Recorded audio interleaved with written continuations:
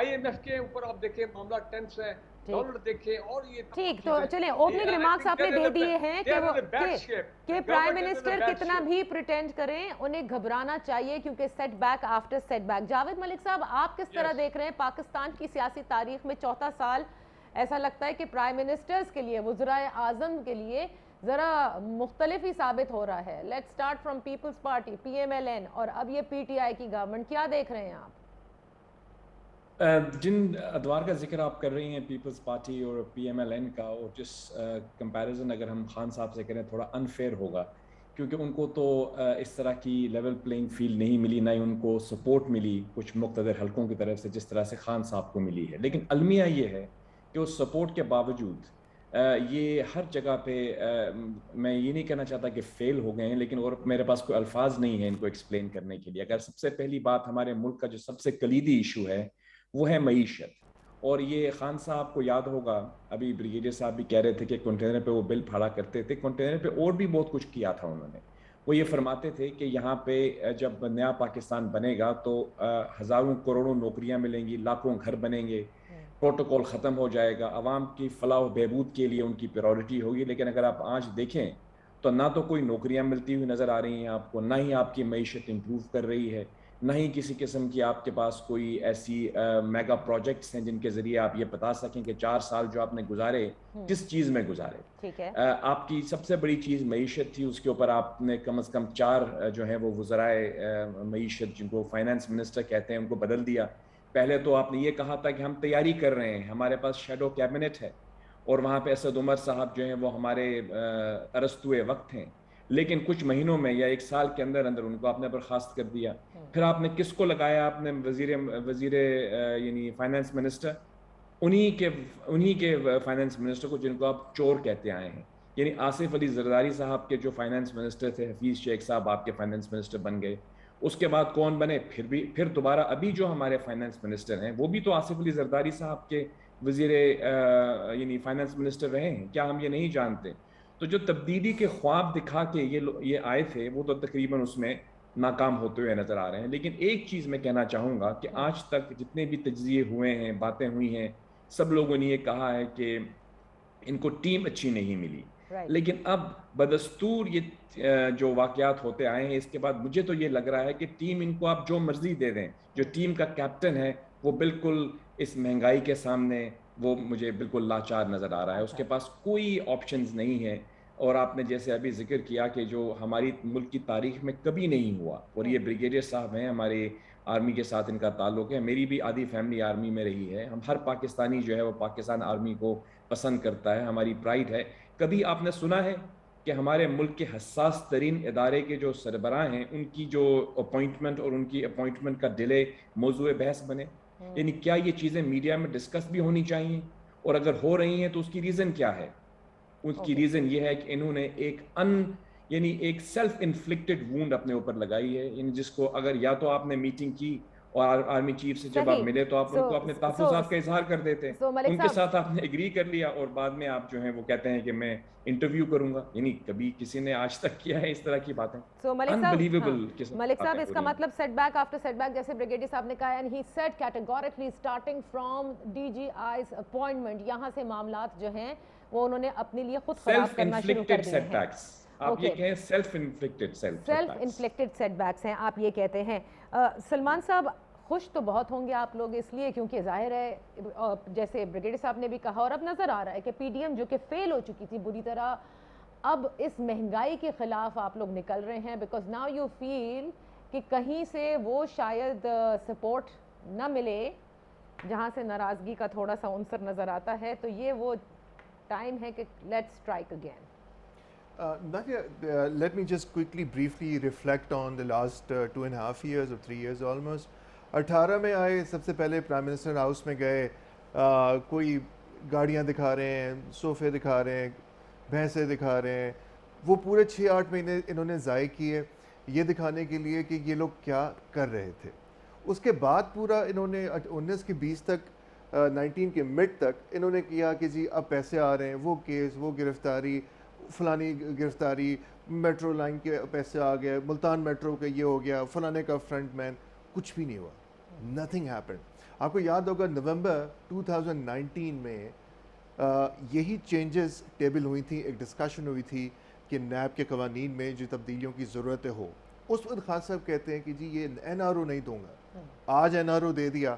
جب نظر آیا کہ 1920 میں اپنے 10,000 کیسز کھڑے ہو چکے ہیں کہ جن کی فائلز بالکل ریڈی ہیں, ریڈی ٹو کک آف ہیں, تو آپ نے اپنے آپ کو ریلیف دے دیا. اب این آر او نہیں, آپ نے اپنے آپ کو این آر او دے دیا. دوسرا میں یہ کہوں گا جو ابھی جو اس وقت بات کری ملک صاحب نے بھی کہ سیلف انفلکٹڈ, میں کہوں گا یہ پلانڈ ہے. پلانڈ؟ بالکل پلانڈ ہے. Why would he do this? Khan صاحب نے یہ اس لیے کیا کیونکہ اب ان کو یہ سمجھ آ گیا ہے کہ یہ مسئلہ حل ہونے والا نہیں ہے. ان سے یہ حکومت اب نہیں چل رہی, نہ کیبنٹ میں وہ قابلیت ہے, نہ ملک کے حالات ہیں, اور مسئلے حل نہیں ہو رہے. اب عوام کو یہ تاثر دینے کی کوشش کی گئی ہے کہ دیکھیں یہ کیونکہ مسئلہ تھا تو اس وجہ سے میری حکومت کے لیے پرابلمز کریٹ کیے جا رہے ہیں. یعنی اپوائنٹمنٹ تعیناتی کی نوٹیفیکیشن کو بیس بنائیں گے اگر کچھ ہوتا ہے. اس تعیناتی میں ڈیلے کر کے ایک تاثر خان صاحب کی دینے کی کوشش کر رہے ہیں کہ یہ بیسیکلی اب اس کے بعد جو کونسیکوینسز ہیں, جو اپوزیشن کا مارچ ہوگا, جو اسٹرگل ہوگی, اس کو انہوں نے پہلے سے ہی ایک تاثر دینے کی کوشش کی ہے کہ یہ میرے خلاف جو ہے یا سیاسی شہید بننے کی کوشش ہے کہ دیکھیں جی یہ اس لیے ہو رہا ہے کیونکہ میں نے یہ بات کر دی تھی کہ میں یہ کروں گا. But he knows it very well کہ عوام میڈیا کی توسط سے they know it very well, ہم عمران خان صاحب کو سیاسی شہید نہیں بننے دیں گے. He has to be answerable for all the decisions and the wrongdoings he and his cabinet has been doing last 3 years. اگر آپ سیاسی شہید نہیں بننے دیں گے تو اس کا مطلب صاف یہ ہے کہ آپ ان کو 5 سال کمپلیٹ کرنے دیں گے. نہیں, ہم اپنی ایجیٹیشن موومنٹ ہم نے شروع کر دی ہے. دیکھیں ملک ان حالات پہ آگے نہیں چل سکتے. نادیہ آپ نے دیکھ لیا. تو یہ کیسی اپوزیشن ہے اگر آپ یہ سمجھتے ہیں کہ اتنا خطرناک ماحول ہو چکا ہے, ملک آگے نہیں چل سکتا, لیکن پھر بھی ہم ان کو 1 سال کرنے دیں گے. ہم تو نہیں کہہ رہے, ہم تو کہہ رہے ہیں آج الیکشن کرائیں. اچھا, ارلی الیکشنز ہو کہتے ہیں الیکشن ہونے چاہیے کیونکہ دیکھیں یہ نہیں چل سکتا. وہ 34 سال میں جو وزرائے اعظم تبدیل ہوتے ہیں ویسا نہیں ہونا ہے. دیکھیں وہ ہم کہتے ہیں دس ایئر پوری گورنمنٹ چینج کریں. اچھا, اور آپ یہ دیکھ لیں کہ انشاءاللہ یہ, کیونکہ بلوچستان نادیہ پہاڑی علاقہ ہے, پچھلے وقتوں میں نا پہاڑ کے اوپر سے دور فوجیں آتی ہوئی نظر آ جاتی تھیں, تو ان کو چینج بہت پہلے سے نظر آنے لگتی ہے. آج ووٹ آف نو کانفیڈنس ناکام ہو بھی گیا نا تو کل ہو جائے گا کامیاب, اور آپ دیکھیے گا بلوچستان سے ہی یہ چینج انیشیٹ ہوگی. This is initiation of a change. This will end at Islamabad. اچھا, یہ آپ کو لگتا ہے. بریگیڈیئر صاحب اس پر کیا کہیں گے, ملک صاحب اس پر کیا کہیں گے, لیکن ایک چھوٹی سی بریک کا وقت ہے. بریک سے واپس آ کر اوپننگ ریمارکس دے دیے ہیں میرے تینوں مہمانوں نے. Let's take this discussion a bit forward.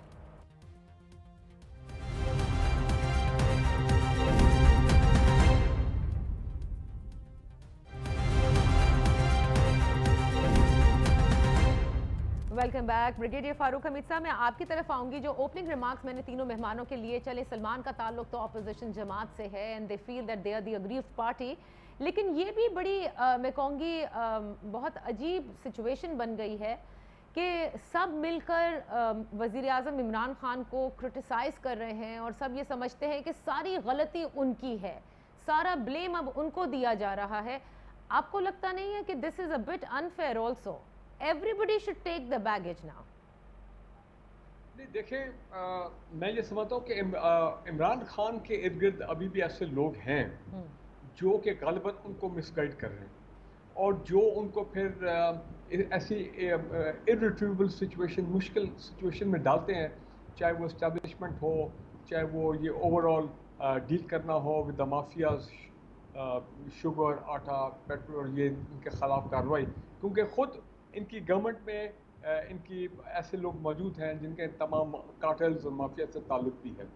سو اور یہ اگر کہنا کہ ان کے پاس بالکل نالائق لوگ ہیں یا انکمپیٹنٹ ہے, وہ بھی بات غلط ہے. فروغ نسیم صاحب جو ان کے لا منسٹر ہیں, I have a lot of respect for him, سارے لوگ ان کو بہت ریگارڈ کرتے ہیں. اب آپ مجھے بتائیں کہ جنرل باجوہ کی ایکسٹینشن کے معاملہ سے کتنا بلنڈر ہوا تھا, معاملہ سپریم کورٹ چلا گیا, پارلیمنٹ اور آئین میں چینجز اور معاملات ادھر تک چلے گئے. اور میں بلوچستان کے حوالے سے ایک بات کہوں گا, دیکھیں 3 دن رہتے ہیں ابھی وہ اس پہ ووٹنگ کے لیے نو کانفیڈنس. بلوچستان کی ایک بڑی ڈفرینٹ سچویشن ہے. جب ریحسانی صاحب وہ چیف منسٹر, زرداری صاحب کے دور میں 65 out of 66 M P As اور منسٹر, ایک بندہ تھا ایم پی ہے, یہ 2